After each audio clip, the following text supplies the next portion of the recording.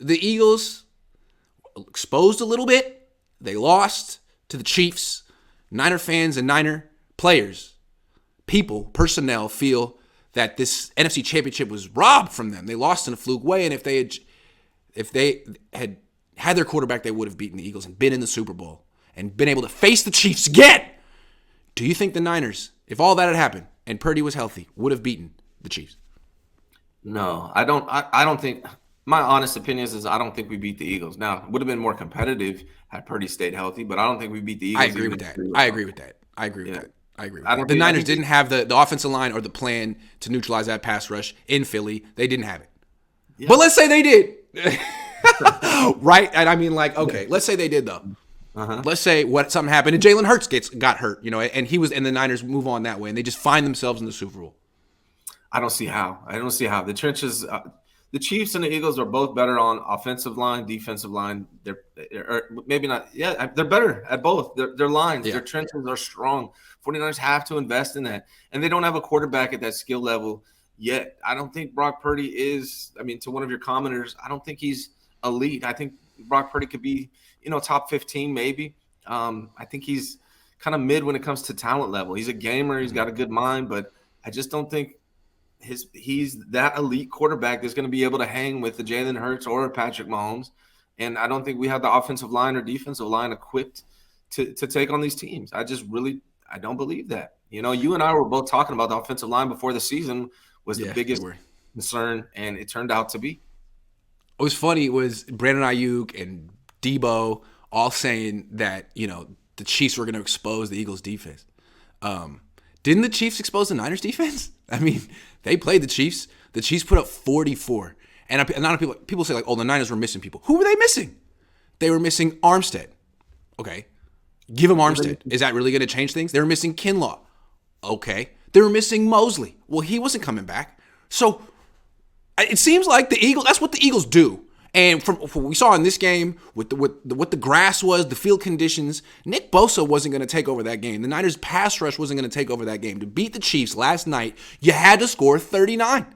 Yeah. And I mean, I know the Niners have put up big numbers with Brock Purdy, but I don't think they were going to score 39 against the Chiefs in the Super Bowl, and that needs to be their focus going forward. I don't think you can bank on defense beating the Chiefs.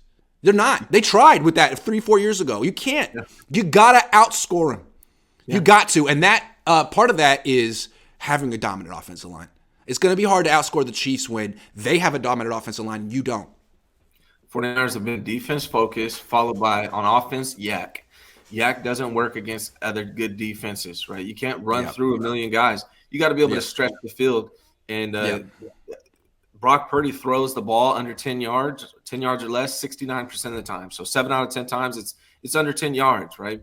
Trey Lance is 50%. So my hope is that Trey Lance develops into like a Jalen Hurts type passer. I don't think he's the same type of runner, but you need an elite type quarterback that can stretch the field. You need an offense that can score quickly with the passing game in order to beat the Chiefs. You can kind of like try to slow them down a little bit, but you're never going to be able to stop them. They have the ability to score quickly whenever they want to. And if you want to be able to beat a team like the Chiefs, you got to be able to do the same thing. Score quickly. Yes. Yeah. You're not gonna play ball control with them. You're not gonna beat them running the ball and playing defense and sacking Mahomes. It's not gonna happen. You have to be prepared for them to score 38 points. That's who wins the Super Bowl nowadays. Last 4 years, you got to be able to put up points in the passing game, be able to score quickly. And look at some of these defensive penalties they call with the game on the line. Like, if you touch a guy's jersey, it's defensive holding. I mean, they did that to the Bengals last year. I know people don't really remember, and no one's going to remember that call against Bradbury in a week. But last year, there was a controversial call on some linebacker on the Bengals with a couple minutes left in that game, and it was ticky-tack. Like, they're not going to let defenses win this game by the way they used to 15, 20 years ago. It used to be, hey, last 2 minutes, you swallow the whistle. You're not, but now they're not going to let defenses do that. They want offenses to win the game. They want the quarterbacks and the wide receivers to be the stars. So you need to be fully committed to your offense. And the Niners are not fully committed to it. Kyle Shanahan feels he's so good that as long as he has weapons that he can sort of scheme up, he can help out the quarterback in the offensive line. Just give me a left tackle and a bunch of weapons and I'll be good.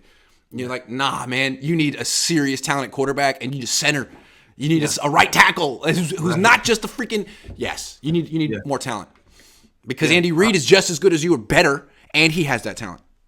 And you're not that much better than Andy Reid that you can beat him with Brock Purdy. Sorry, you can't. Well, you're not better than Andy Reid. I'm sorry, but that's my opinion. Andy Reid's better in general. Yeah, Kyle Shanahan's going to have. They need a great offensive line. They need a good defensive line. They need to find out if Trey Lance is the guy or not. If he's not, move on. If Brock Purdy's not, move on. And Kyle Shanahan, when he gets to this Super Bowl again, if he gets there, I think he might. He's going to have to call a perfect game. He can't have these errors with challenging and not being aggressive. And he's going to have to call it a perfect game. That's what like Andy Reid just did. Andy Reid just did. Yeah. I mean, like Andy Reid didn't. He lost a lot of NFC Championship games early in his career. He matured, and it's not just that clearly it's not just that he got Patrick Mahomes. He just called the perfect game. So it's time. Kyle, everyone wants to compare you to Andy Reid. Well, now it's time for you to have the same maturity. And what's funny is we talk about he's got to find the quarterback. Man, he passed on Mahomes and Hurts. They fell to him, and he was like, "Nope, not my style. I don't want that." And then he traded up for Trey Lance. So you know what? Make it work.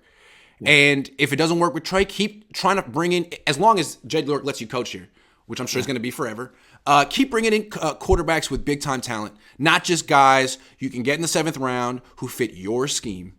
Yeah. Because talent trumps scheme. And if Andy Reid can make a big-time talent from the freaking air raid offense fit his scheme, so can you. Yeah, they got to get a quarterback. They got to get the line. I'm going to say it again. They got to get the offensive line. They got to get the defensive line. They got to get the quarterback. And Kyle Shanahan has to mature as a play. Not really just a play caller, just a game manager. I was going in the Super Bowl thinking, man, the Niners really got to improve their pass rush because the 2 best pass rushes are in the Super Bowl. But neither pass rush was a factor in this Super Bowl. It was all offensive line. It was the fact that you could see these are the 2 best offensive lines in the league. And they also have great quarterbacks. But it really helped that Patrick Mahomes didn't get touched as great as he is. So the Niners, The trouble with that is that right tackle, Mike McGlinchey, as much as we complain about him, he might be the best one available on the free agency. He's going to be too expensive for the 49ers to retain. So they're going to have to find a replacement for Mike McGlinchey that costs less than Mike McGlinchey. I don't know where that's coming from. They're going to have to find one, maybe a diamond in the rough in free agency or maybe within. I don't know where it's coming from, but that's going to be the challenge, the big challenge. It's hard to spend big on your right tackle when you have the highest paid left tackle in the league. Hard to do. Yeah. You know what I'm saying? You might be better off spending at center. But again, the Niners could have had Creed Humphrey. They didn't draft him. They took Aaron Banks, who's solid. Creed Humphrey is excellent. Mm-hmm. So, the Niners got to do a way better job of drafting these positions. The thing about the trenches is when these players get to free agency, the good ones, they're really expensive. Yeah, you can't afford it. Really expensive because it's hard to find big people in the world. There's way more little people. So it's what the Eagles do is they just keep drafting them, even if there's not a need. You just keep drafting them. It's easier to sign corners and wide receivers and trade for those guys.